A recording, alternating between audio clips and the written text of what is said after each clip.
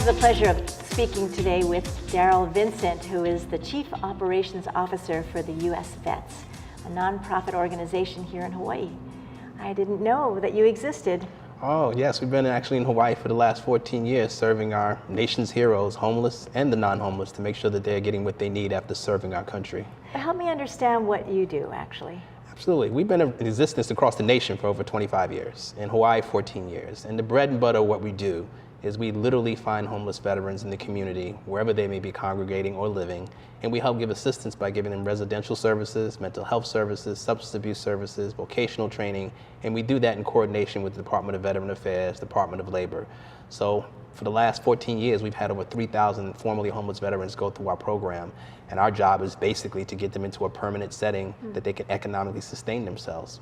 And you have a large staff that assists with this? Absolutely. At our Barbers Point site, we have over 50 staff people, and our programs can hold up to 100 people in the homeless program, and then we have a plethora of other programs that serve over 500 veterans that are living in their units and may need some assistance so they don't become homeless. Maybe they just need to find a job. Maybe they just need to be connected with resources. So we do in-house services and out-house services to serve all veterans, not just homeless veterans, but those getting out of the military and needing help with transition. Yeah, some of us are quite dismayed at the increase in homelessness and houselessness. How do you identify who is a veteran and who isn't? Yeah, we have an outreach team that actually works 24/7. When I say act, they can actually be accessed at least 24/7. Make a phone call, I'm a veteran, we can arrange what day and time to meet them or go to them, obviously. And what we do is simply ask the question, have you ever served in the military? Sometimes people associate the word veteran with somebody who retired or had to do 20 years or were in combat. So we ask the question, have you ever served in the military? They tell us yes or no. We're able to call the VA and verify their status. Literally can see a veteran today, have him in a bed tonight if he needed a place to stay. And you also served in the military? Yes, well, the military, the active duty military, we serve in terms of partnering with them when people are getting out. We try to make sure we integrate ourselves into that process of, you're about to get out of the military, here's some resources you can use, hopefully to prevent them from ever having to come to our program, but help them maybe with some vocational training or connecting them with a job in the community if they're going to stay here in Hawaii. I think there's oftentimes a disconnect between professions.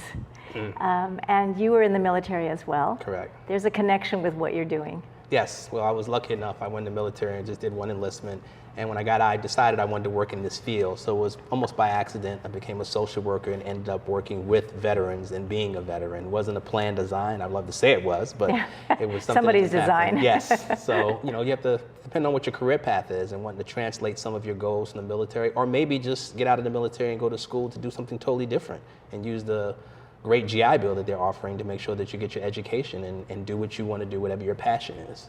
To be of service in such a profession that where there's risk involved and the unknown and change, and the consequences are oftentimes traumatic for the human being. How do you keep a positive spirit in this? Well, I think the one thing that we learned to sell more than anything, for lack of a better word, is that really when you're helping homeless individuals or anyone that are in need of something, you're really instilling hope. And that's what it is. It's not a matter of how much you know. I want to know how much you care. And most of our staff, if all of our staff, it comes from a genuine passion of wanting to help individuals, is why we get into this field. So we keep our chins up because we get to see the small successes every day that people don't even probably pay attention to. Someone just getting a job, someone completing treatment, someone deciding to cut their hair short because they want to go to an interview and dress in a shirt and tie. These are all minor successes that we count as big because they're all steps to a bigger future. And even someone who agrees to have that bed tonight. Absolutely, yes. Taking a step of asking for help, especially for military veterans, we're taught to just soldier up, men and women. Do not complain, do as you're told. So a lot of times it's a big step for them to say, I need help. And we teach that there's no shame in that. Huge. Well, thank you very much. And your heart shows that you are not ashamed at all to say, I need help. Wonderful role model. Absolutely. We're here to stay, and we want to make sure we help all homeless veterans, so the word veteran and homeless can never be used in the same sentence again. Thank you very much for joining us. Thank you. We've been chatting with Darryl Vincent, who is the Chief Operations Officer for the U.S. Vets.